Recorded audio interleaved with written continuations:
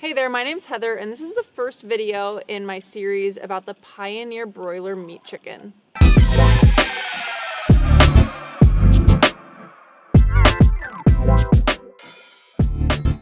In this first video, we're going to go through what this meat breed is all about, getting them from the post office and getting them set up in their brooder. And then in the following videos, it's going to be all about their growth and all the way through processing. Now, some of you may know that I swore off the Cornish Cross a couple months ago for a lot of reasons. But if there's one thing about me, it's that novelty wins out over logic every single time when it comes to chickens. And so when the hatchery that I order from started carrying this hybrid, I knew I had to give them a try. I kind of swore off Cornish Cross for a variety of reasons. The biggest one is that there's not enough flexibility with their processing date. In my experience, you need to process them really close to that ideal date, or they start, dying from different causes, or they just get too big for the kill cone that I have. There just wasn't enough flexibility. I think there's something to be said for like the quality of life for the Cornish Cross, and that's totally a personal preference. I think Cornish Cross is the right choice for a lot of people. In the setting that I raise them in and what I need from them, it wasn't the perfect fit. I raise my meat birds along with my laying flock, so I really like to use the same food. They're on the same pasture, and so I really need a breed that is able to stand up for itself, to keep up with the main flock, to forage sufficiently.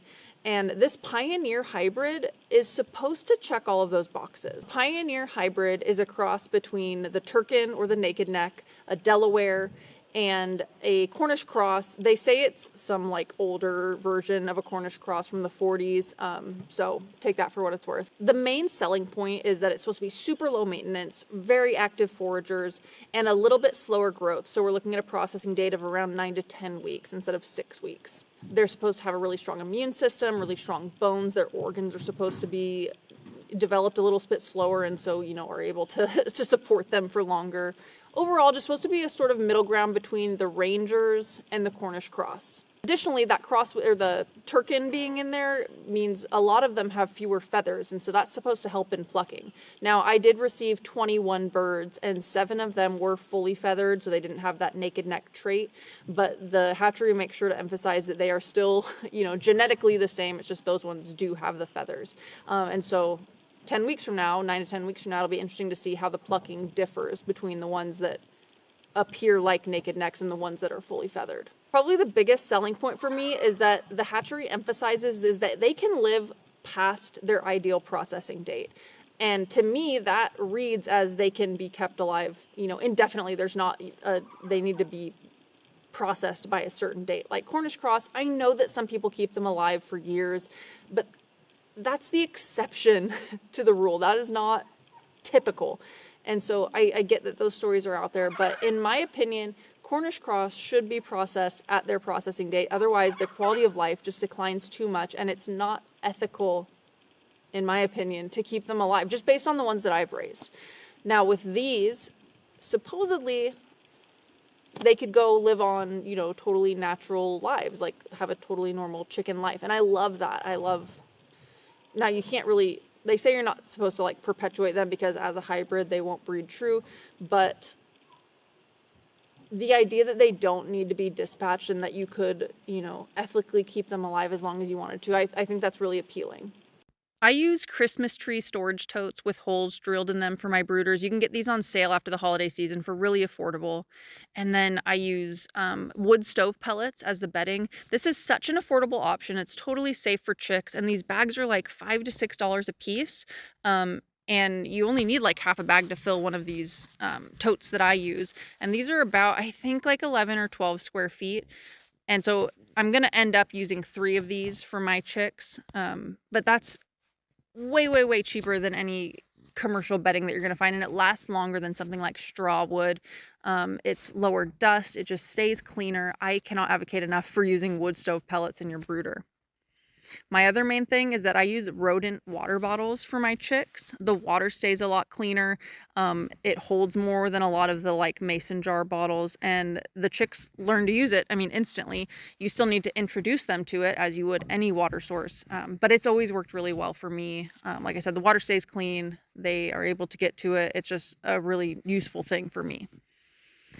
And then some people start their meat bird chicks off immediately on meat bird feed. I just go with a basic chick starter, and especially for this breed, which doesn't need to grow at such a rapid rate, I'm totally happy to use just a regular unmedicated chick starter feed.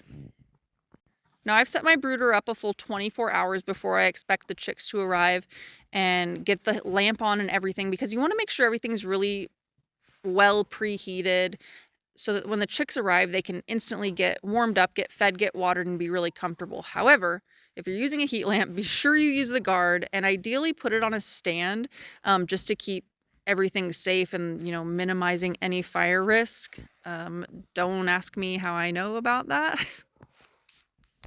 There's a lot of good arguments for using heat panels. I like lamps, especially for the first couple days, just so you can see what's going on in the brooder. When it's time to pick them up, you want to get them as warm as you can, as fast as you can. So I always put the heat on in my car, put the seat warmers on, and then get them home as quickly as I can.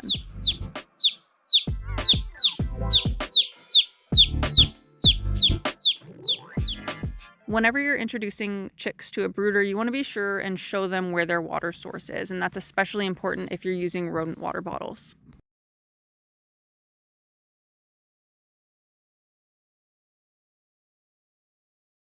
Here I turn the lamp off for just a second to show you a little bit more clearly how I introduce them to those rodent water bottles.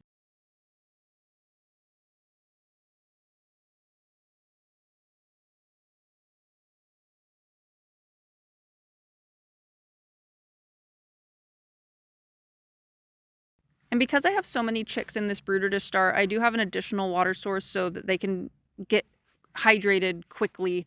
And then eventually, you know, once they're all hydrated and settled in, I'll remove this water source and they'll just be on the bottles just to keep everything a little bit cleaner.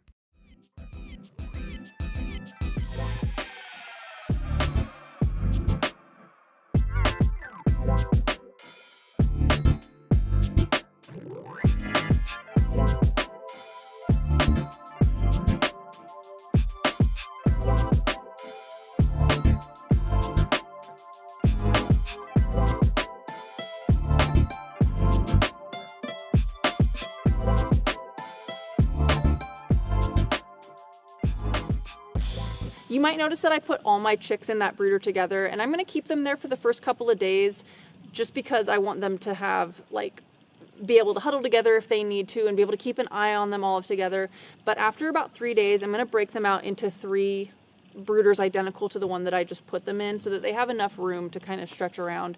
The good rule of thumb is about a square foot per chick when they're this young, and then as they grow you want to kind of accommodate that up to 2 square feet per chick until I move these into their outdoor living situation. Like I said at the beginning of the video, I'm going to do a whole series on this breed. I'm super interested to see how they grow. I've done Cornish Cross, I've done Rangers. This seems like a middle ground, so I'm really interested to see how they grow, how they behave with my laying flock. And then I'm really interested to see how processing goes. So if you're interested in watching how this breed develops and how we process them, please do consider subscribing. I'm going to do a whole series on these. Let me know if you have any questions about them or anything specific you want me to watch for in the next videos, and I'd be happy to chat with you in the comments about them. Thank you so much for watching. I really appreciate you. We'll see you in the next one.